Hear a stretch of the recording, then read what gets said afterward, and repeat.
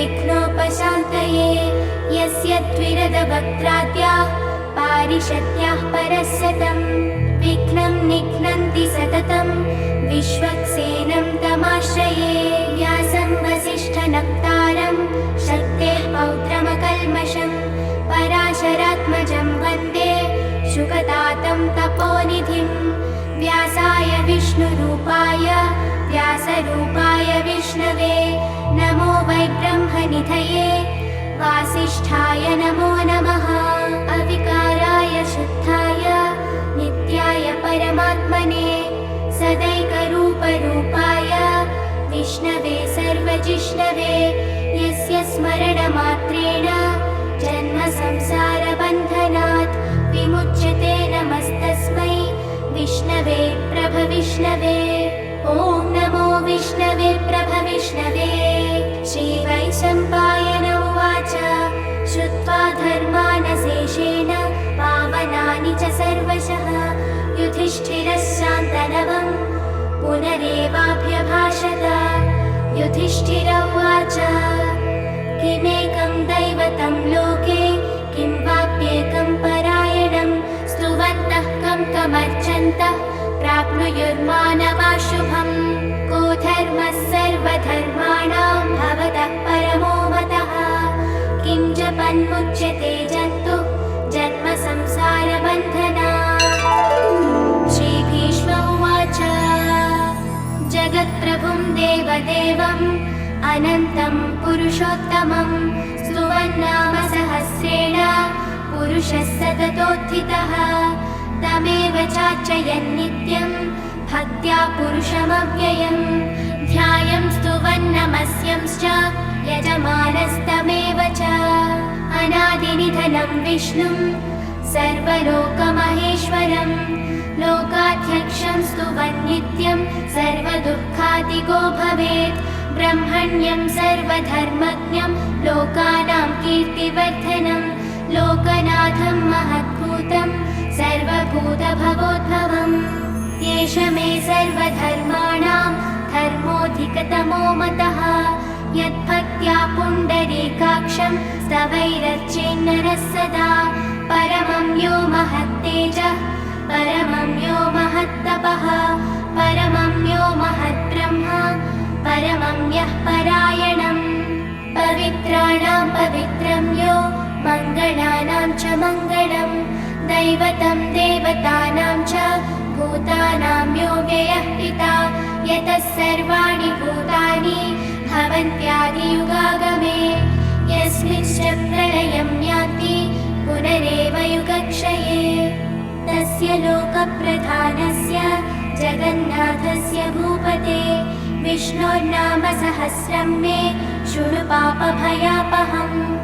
यानि नामानि गौणानि विख्यातानि महात्मनः ऋषिभिः परिगीतानि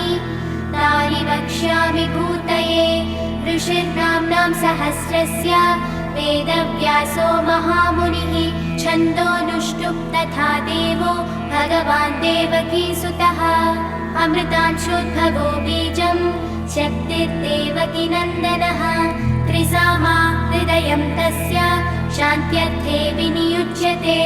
विष्णुं जिष्णुं महाविष्णुं प्रभविष्णुं महेश्वरम् अनेकरूपदैत्यान्तं नमामि पुरुषोत्तमम् अस्य श्रीविष्णोर्दिव्यसहस्रनामस्तोत्रमहामन्त्रस्य श्रीवेदव्यासो भगवान् ऋषिः अनुष्टुप् छन्दः श्रीमहाविष्णुः परमात्मा श्रीमन्नारायणो देवता अमृतांशोद्भवो भानुरिति बीजं देवकीनन्दनस्रष्टेति शक्तिः उद्भवः क्षोभणो देव इति परमो मन्त्रः शङ्खभृन्नन्दकी चक्रीति कीलकम् शार्ङ्गधन्वा गदाधर इत्यस्त्रम् रथाङ्गपाणिरक्षोभ्य इति नेत्रम् त्रिसामा सामगः सामेति कवचम् आनन्दं परब्रह्मेति योनिः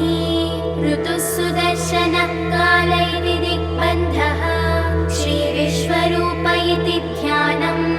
श्रीमहाविष्णुप्रीत्यर्थे सहस्रनाम जपे विनियोगः ध्यानम्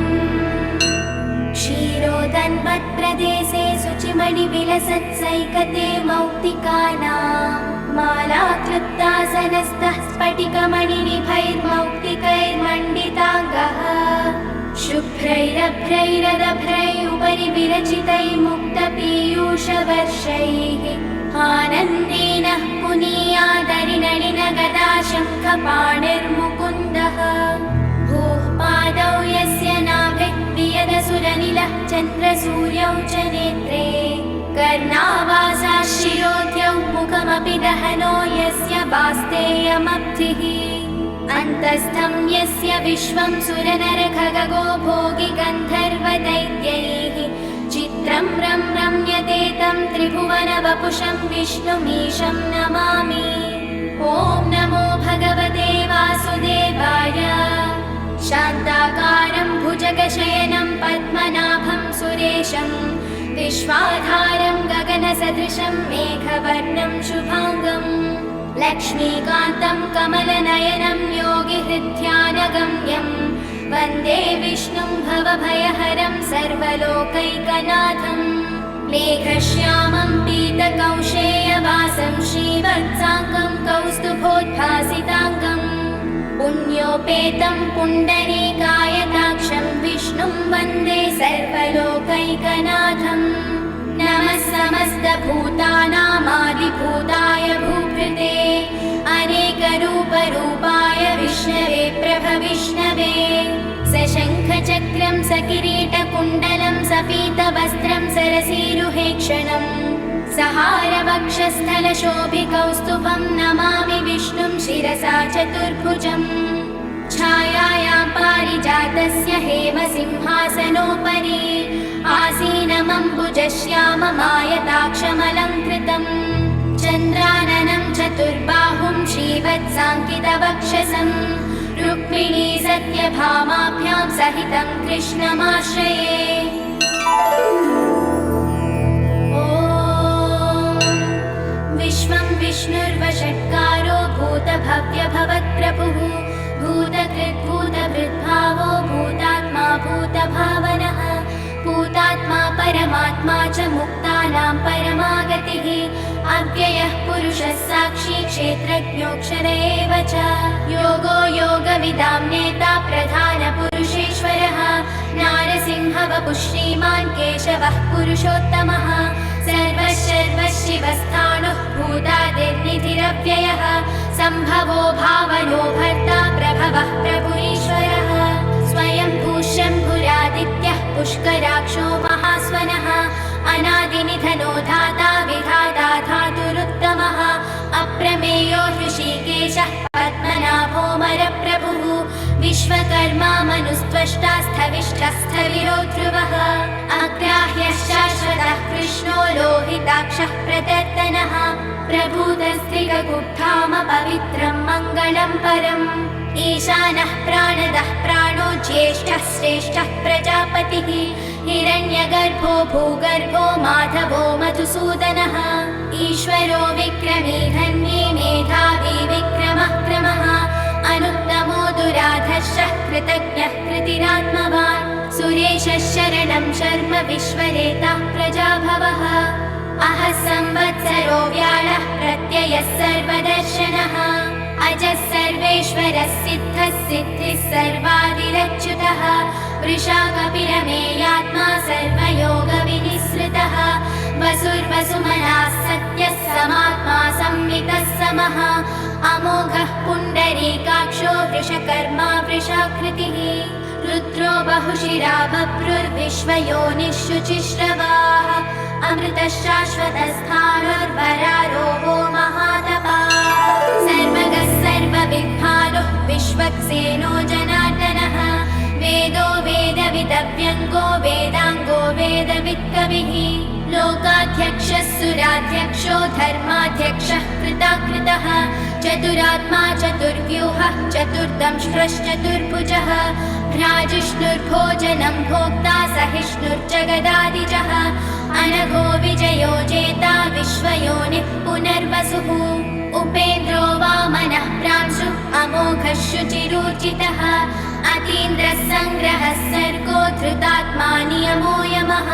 वेद्यो वैद्यः सदा योगी वीरः माधवो मधुः अतीन्द्रियो महामायो महोत्साहो महाबलः महाबुद्धिर्महावीर्यो महाशक्तिर्महाद्युतिः अनिर्देश्य वपुः श्रीमानमेयात्मा महाधृतिः महेश्वासो महीभर्ता श्रीनिवासः सताङ्गतिः अनिरुद्धः सुरानन्दो गोविन्दो गोविदाम्पतिः मरीचिर्दमनोहंसः सुपर्णो भुजगोत्तमः हिरण्यनाभः सुतपा पद्मनाभः प्रजापतिः अमृतुः सर्वदृक्सिंहः सन्धाता सन्धिमान् स्थिरः अजो दुर्मर्षणः शास्ता विश्रुतात्मा सुरारिः गुरुर्गुरुतमो धामः सत्यः सत्यपराक्रमः निमिषो निमिषस्रग्वी वाचस्पतिरुदारधीः अग्रणी ग्रामणी श्रीमान् न्यायो नेता समीरणः सहस्रमूर्धा विश्वात्मा सहस्राक्षः सहस्रपात् आवर्तनो निवृत्तात्मा संवृतः सम्प्रमर्दनः अहः संवर्तको वह्निरनिलो धरणीधरः सुप्रसादः प्रसन्नात्मा विश्वदृक् विश्वभुक् विभुः सत्कर्ता सत्कृतः साधुः जन्मुर्नारायणो नरः असङ्ख्येयो प्रमेयात्मा विशिष्टः शिष्टकृच्छुचिः सिद्धार्थः सिद्धसङ्कल्पः सिद्धिदः सिद्धिसाधनः वृषाही वृषभो विष्णुः वृषपर्वा वृषोदरः वर्धनो वर्धमानश्च विविक्तः श्रुतिसागरः सुभुजो दुर्धरो वाग्मी महेन्द्रो वसुदो वसुः नैकरूपो बृहद्रूपः शिविविष्टः प्रकाशनः ओजस्तेजोद्युतिधरः प्रकाशात्मा प्रतापनः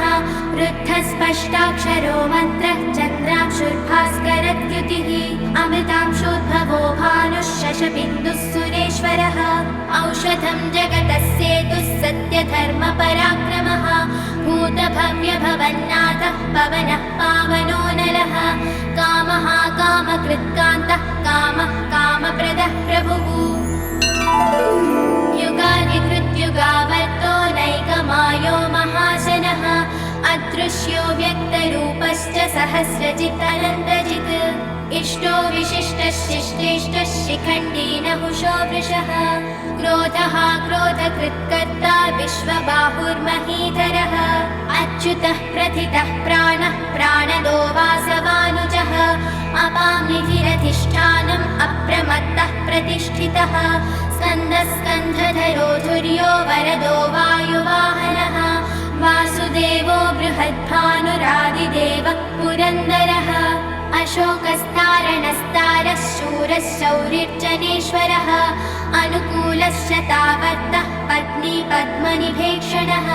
पद्मनाभोरविन्दाक्षः पद्मगर्भः शरीरभृत् महर्तिर्वृद्धो वृद्धात्मा महाक्षो गरुडध्वजः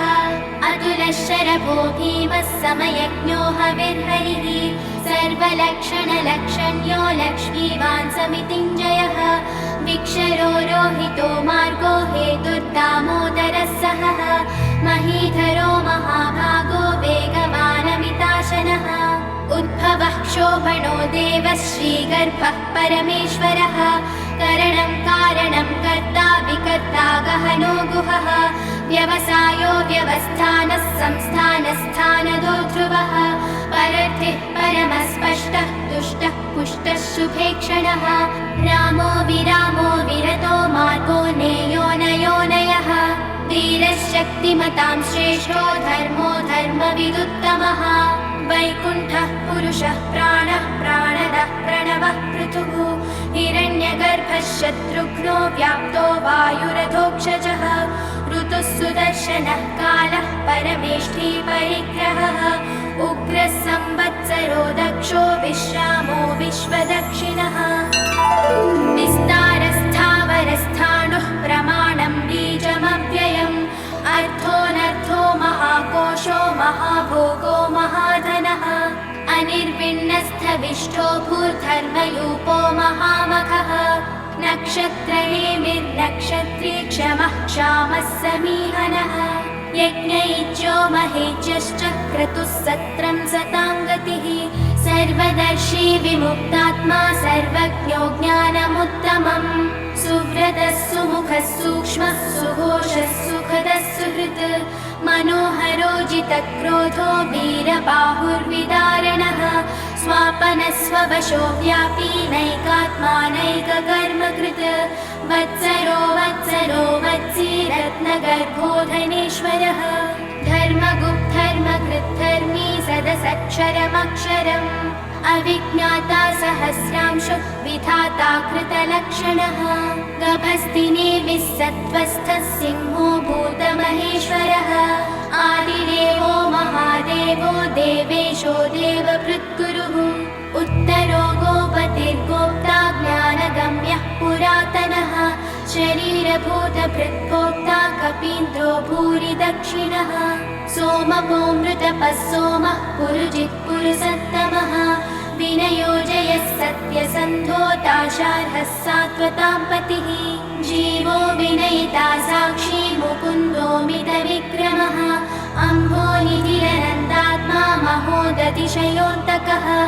अजो महार्हः स्वाहाव्योजिता मित्रः प्रमोदनः आनन्दो नन्दनो नन्दः सत्यधर्मात्रिविक्रमः महर्षिः कपिलाचार्यः कृतज्ञो मेदिनीपतिः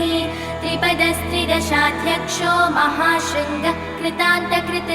महावराहो गोविन्दः सुषेणः कनकाङ्गदी गुह्यो गभीरो गहनो गुप्तश्चक्रगदाधरः वेधास्वाङ्गोजितः कृष्णो दृढः सङ्कर्षणोच्युतः वरुणो वारुणो वृक्षः पुष्कराक्षो महामनाः भगवान् भगवानन्दी वनमाली हलायुधः आदित्यो ज्योतिरादित्यः सहिष्णुर्गतिसत्तमः सुधन्वाखण्डपरशुः दारुणो द्रविणप्रदः दिविस्पृक् सर्वदृग्व्यासो वाचस्पतिरयोनिजः त्रिसामासामगः सामनिर्वाणं भेषजम्भिषक् सन्न्यासकृच्छमः शान्तो निष्ठा शान्तिः परायणम् शुभाङ्गः शान्तिदस्रष्टा कुमुदः कुवलेशयः गोहितो गोपतिर्गोप्ता वृषभाक्षो वृषप्रियः अनिवर्ती निवृत्तात्मा संक्षेप्ताक्षेमकृच्छिवः श्रीवत्सवक्षः श्रीवासः श्रीपतिः श्रीमताम्बरः श्रीधः श्रीशः श्रीनिवासः श्रीनिधिः श्रीविभावनः श्रीधरः श्रीकरः श्रेयः श्रीमान् लोकत्रयाश्रयः स्वक्षः स्वङ्गश्चतानन्दो नन्दिर्ज्योतिर्गणेश्वरः विजितात्मा विधेयात्मा सत्कीर्तिश्चिन्न संशयः उदीर्णः सर्वतश्चक्षुः अनीशः शाश्वतस्थिरः भूषयो भूषणो भूतिर्विशोकः शोकनाशनः अर्चिष्मानर्चितः कुम्भो विशुद्धात्मा विशोधनः अनिरुद्धो प्रतिरथः प्रद्युम्नो मितविक्रमः कालनेमिनिहावीरशौरिः शूरज्जनेश्वरः त्रिलोकात्मा त्रिलोकेश केशवः केशिहा हरिः कामदेव कामपाल कामीकान्तः कृतागमः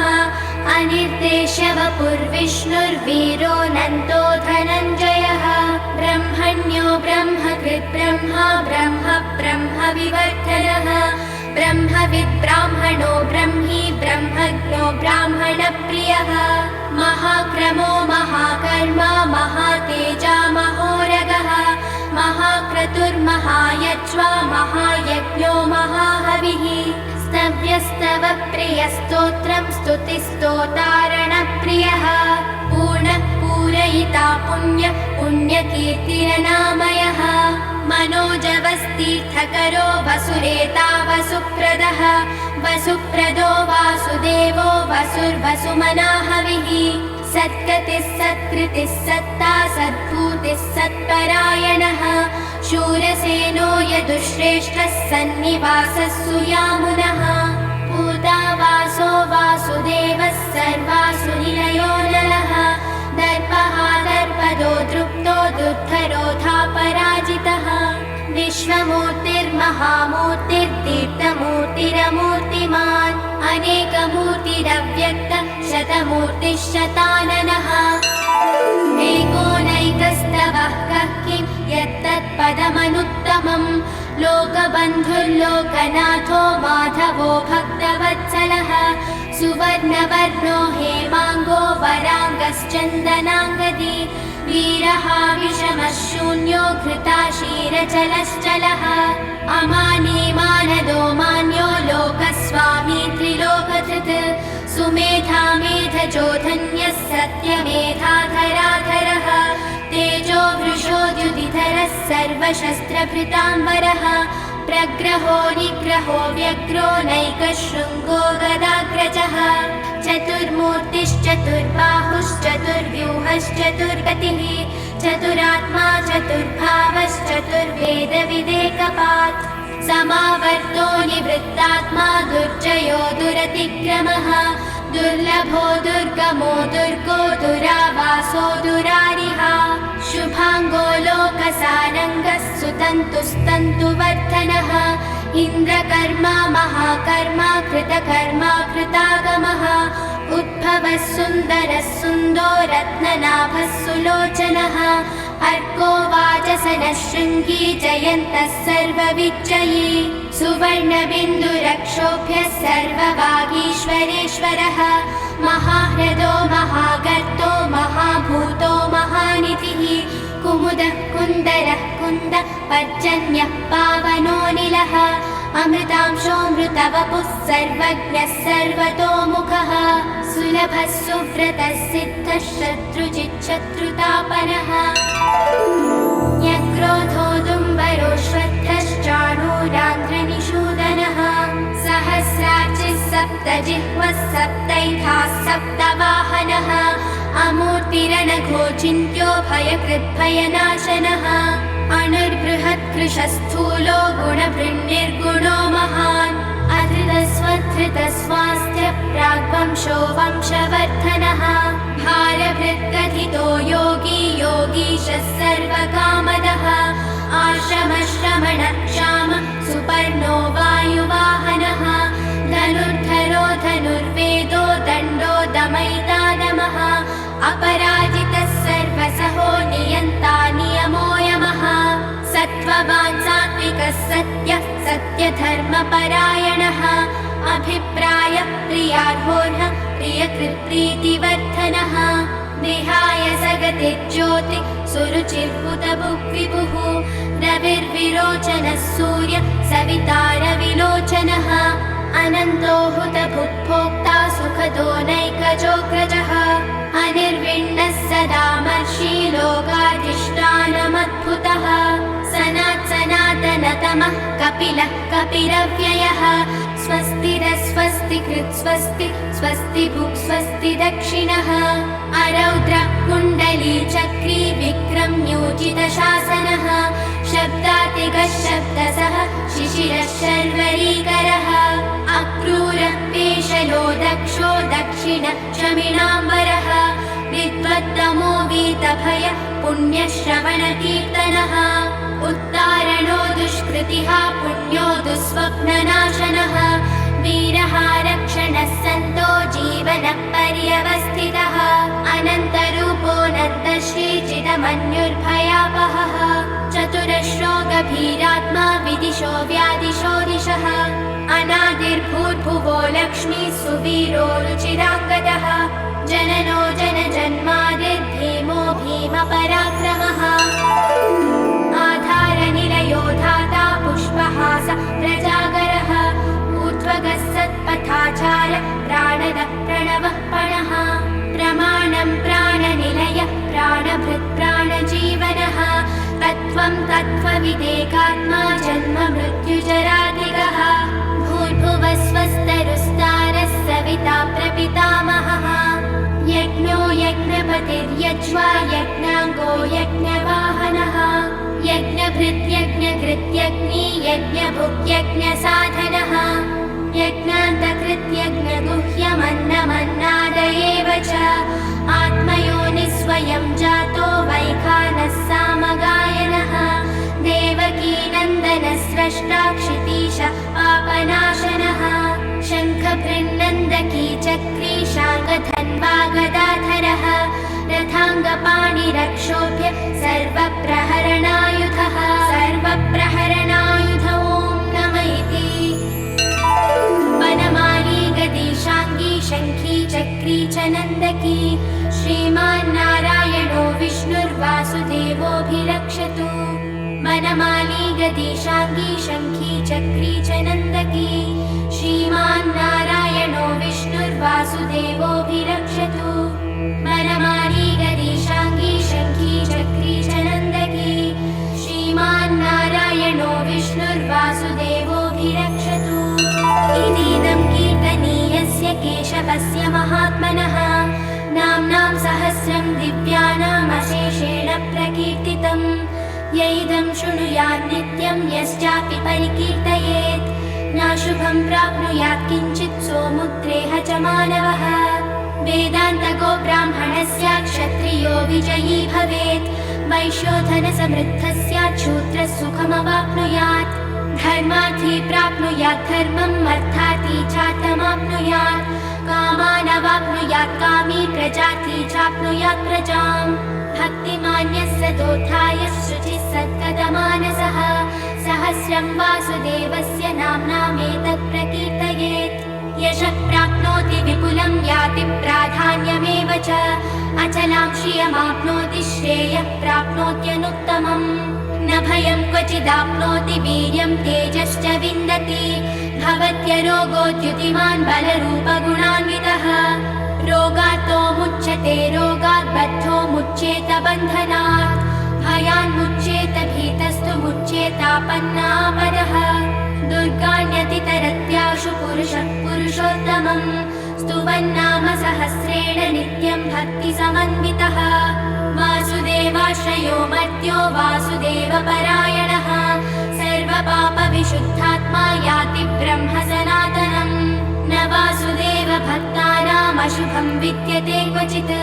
जन्म मृत्युजरा व्याधि भयं नैवोपजायते इमं सर्वमधीयानः श्रद्धा भक्तिसमन्वितः युज्येतात्मसुखक्षान्तिः श्रीधृतिस्मृतिकीर्तिभिः न क्रोधो न च मात्सर्यं न लोभो नाशुभामतिः भवन्ति कृतपुण्यानां भक्तानां पुरुषोत्तमे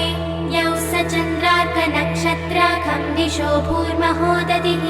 वासुदेवस्य वीर्येण विधृतानि महात्मनः ससुरासुरगन्धर्वं स यक्षोरगराक्षसं जगद्वशे वर्ततेदं कृष्णस्य सचराचरम् इन्द्रियाणि मनोबुद्धिः सत्त्वं तेजो बलं धृतिः वासुदेवात्मकान्याहुः क्षेत्रं क्षेत्रज्ञ एव च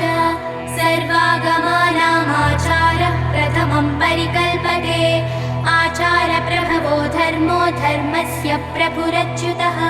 ऋषयः पितरो देवा महाभूतानि धातवः जङ्गमा जङ्गमं चेदं जगन्नारायणोद्भवम् योगो ज्ञानं तथा साङ्ख्यं विद्या शिल्पादिकर्म च वेदाशास्त्राणि विज्ञानमेतत् सर्वं जनार्दनात्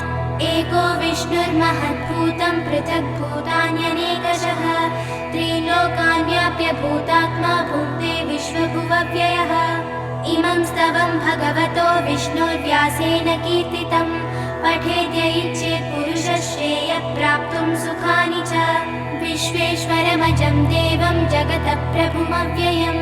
भजन्ति ये पुष्कराक्षं न ते यान्ति पराभवम् न ते यान्ति पराभवमो नमः इति अर्जुन उवाच पद्मपत्रविशालाक्ष पद्मनाभसुरोत्तमा भक्तानामनुरक्तानां त्राता भव जनार्दना श्रीभगवानुवाच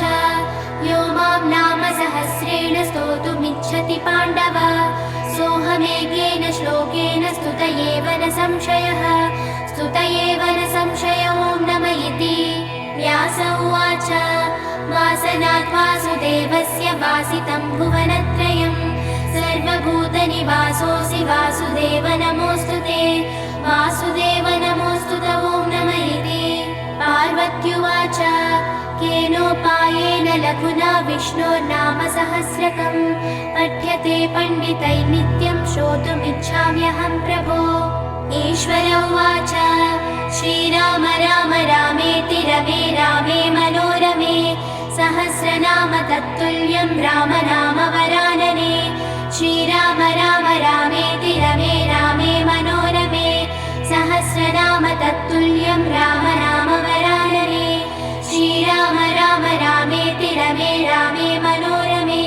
सहस्रनाम तत्तुल्यं राम नाम वरानने। राम नाम वरानन ॐ नमः इति ब्रह्मोवाच नमोऽस्त्वनन्ताय सहस्रमूर्तये सहस्रपादाक्षि शिरोरुबाहवे सहस्रनाम्ने पुरुषाय शाश्वते सहस्रकोटियुगधारिणे नमः।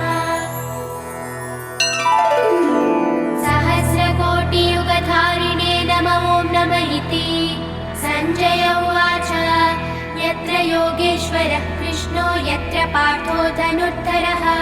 तत्र श्रीविजयो भूतिर्ध्रुवा नीतिर्मतिर्मम। श्रीभगवानुवाच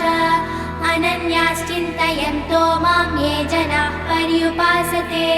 तेषां नित्याभियुक्तानां योगक्षेमं वहाम्यहम्। परित्राणाय साधूनां विनाशाय च दुष्कृतां धर्मसंस्थापनार्थाय सम्भवामि युगे युगे। आर्ता विषण्णा शिथिलाश्च भीता घोरेषु च व्याधिषु वर्तमानाः संकीर्त्य नारायण शब्दमात्रं विमुक्तदुःखाः सुखिनो भवन्तु। कायेन वाचा मनसेन्द्रियैर्वा बुद्ध्यात्मना वा प्रकृते स्वभावात् करोमि यद्यत् सकलं परस्मै नारायणायेति समर्पयामि।